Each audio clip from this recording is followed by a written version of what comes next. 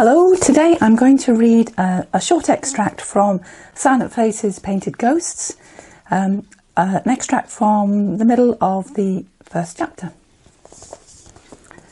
Le Chant du Mistral, Provence. Angela Stedding watched her husband struggle to cut the piece of beef with his fork, but said nothing. If she offered to help, he'd tell her she was fussing. If she'd made a meal which he would have found easier to manage, he'd ask why she was giving him baby food. It was lunchtime on the first Saturday in April. Corinne, the bonne, cooked Peter's lunches in the week. Angela usually did it at weekends. It had seemed like a romantic thing to do when she had first started the routine all those years ago, but now it was a tedious chore, a habit which seemed to bring neither of them any real pleasure. Would Peter care if she stopped doing it? She doubted it. He appeared to like Corinne for some reason, or at least he tolerated her. And the Frenchwoman would surely agree to take on the task. She regularly worked extra hours to earn a little more money. Angela continued to eat her salad, ignoring her husband's grunts of exertion. He'd get frustrated eventually, no doubt, and lose his temper. For a little over 4 weeks now, he'd had his left arm in plaster from his elbow to his knuckles, the result of a fall. Though the fingers and thumb were free, he was unable to use the hand in any practical way and was obliged to eat all his meals with either a fork or a spoon. Given his advancing years, there was something faintly admirable about his fierce independence, his determination not to let the accident slow him up, and he had complained little about the pain he must have felt, just the inconvenience. But it certainly hadn't improved his temper.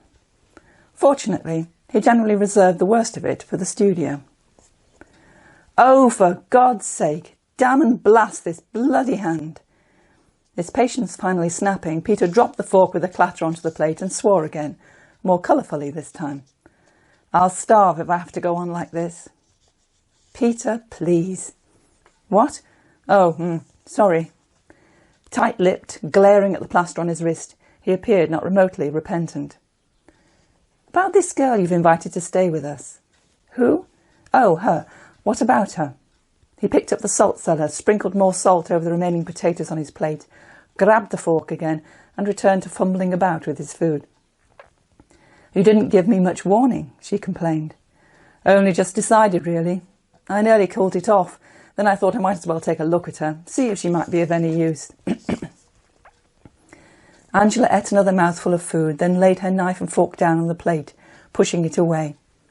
She dabbed the corners of her mouth on her napkin, folded it and put it on the table. There was the distant ringing of the house phone. She wondered where she'd left it, thought of getting up to go and look, but then the ringing stopped, and she assumed her daughter had answered it. "So who is she exactly?" she pressed. "The curator? I told you already, Terry Challoner. Odd name. Short for Teresa, I suppose." Angela tutted impatiently. "I know her name, Peter." "But," she shrugged, "I don't know. How old is she?" "Mid-30s. He forked the last piece of meat into his mouth, chewed and swallowed. "And?" He puffed out his lips in that offhand French way she so disliked. "She's got a good CV, involved in some decent exhibitions, specialises in portraiture mainly, but she's done other work too, I believe, ranging—" "Peter, please don't tell me her resume. You know it means nothing to me. Is she English? Or perhaps American?" Angela had a soft spot for people from the States. If the girl was American, it might make her more appealing. "English, I think." He finished eating, put the fork down and pushed the plate away. "Yes, English." "Do you want dessert? Tea, then?" "No." She sighed. Even after all this time, she couldn't get used to him drinking water with his meals, another of his French habits. "We're going to have this woman in the house for 6 months. I'd like to know something about her. You're usually so protective of your privacy. I'm surprised you've done this." He frowned at her as if that issue had not previously crossed his mind. She wondered if he was going senile. His sister certainly was, and she was 6 years younger. "She's here to do a job, Angela," he said. "That's all. Don't make a fuss about her. Anyway, you're putting her in the annex, aren't you?" "Yes, but it's very small, and it's still attached to the house. We can't expect her to stay in her room for 6 months like a monk or something." "A nun, more like." Peter unexpectedly grinned, which suddenly made him look much younger. It occurred to her that he was still remarkably handsome in a craggy sort of way, a thought which obscurely made her more irritated. Well, she can't do all her cooking with a microwave. I'm going to have to let her use the kitchen sometimes. Are you? Well, he waved a dismissive right hand. As you wish, my dear. As I wish, thought Angela. Hardly. She toyed with suggesting that Terry could eat with him each lunchtime, but knew that would go down badly. In any case, it seemed rather strange to have a member of staff regularly installed at the family table. She fixed him with a wary gaze. I'm still not sure it was wise to offer her accommodation. He hesitated, frowning, and began to look rattled as if the full implication of his decision had only just sunk in. I did think it through, Angela, he said irascibly. She'd be more likely to talk if she stayed in the village, and you know I won't have that. It'll be easier to keep an eye on her here. You know, control her. Anyway, as I said, she's come to do a job. End of story. He stabbed at the table with an emphatic index finger. Just make it clear to her where she can go and where she can't. I'll leave that to you. His tone softened. He almost smiled. The house is your domain after all, dear. Your rules. That's only partly true, thought Angela, though she suspected that in the unfathomable workings of Peter's mind he might genuinely believe it. But Peter had his own rules, rules which were never even voiced. They just existed, as if they were part of the very fabric of the house and the air which they breathed. She's going to be late, said a husky voice behind her. Angela turned quickly in her chair. A white-haired woman wearing blue dungarees had appeared silently at the kitchen door. She was standing flicking an artist's brush back and forth across the gnarled index finger of her left hand. Her frizzy hair fell to shoulder length and a splodge of red paint was smeared across her left cheek. What are you talking about, Celia? Angela demanded. Terry is going to be late. There's some problem with her flight. How do you know? Celia wandered across to the island separating the long pine table from the kitchen proper and took an apple from the bowl of fruit.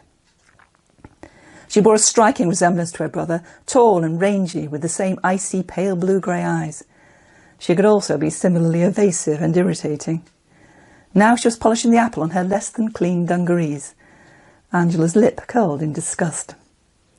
She's just rung from Gatwick, Celia replied, after closely examining the apple. She's not sure what time she'll arrive. Sometime this evening, probably.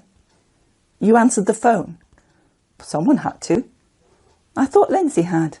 She's just left for work. Oh, she didn't come to say goodbye. Well, she's a big girl now, said Celia, and bit into the apple. Angela's eyes narrowed, and she glanced towards Peter, who was staring out of the window as if the conversation were not taking place. I've asked you before not to answer the phone in the house, she snapped at Celia. What did you say to her? Peter glanced shiftily between the two women, pushed his chair back and eased himself to his feet. I'm just going to rest for a few minutes, he said, heading past Celia towards the door and pausing briefly as if he'd just remembered something. I've got something particular I need to finish, Angela. I'll be working late tonight. Celia watched her brother out of the room and turned back towards Angela, who was now on her feet, facing her. I wished her bon voyage, of course, said Celia. She smiled blandly, took another bite of the apple and strolled out of the room. Angela sighed, looked heavenwards and cleared the table. She had made plans for the evening and now she would have to shelve them to sort out this Challoner woman. So Peter would be working late.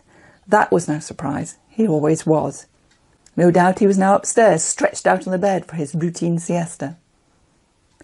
She loaded the dishes into the dishwasher, straightened up and leaned against the kitchen unit, her thoughts returning to Terry Challoner.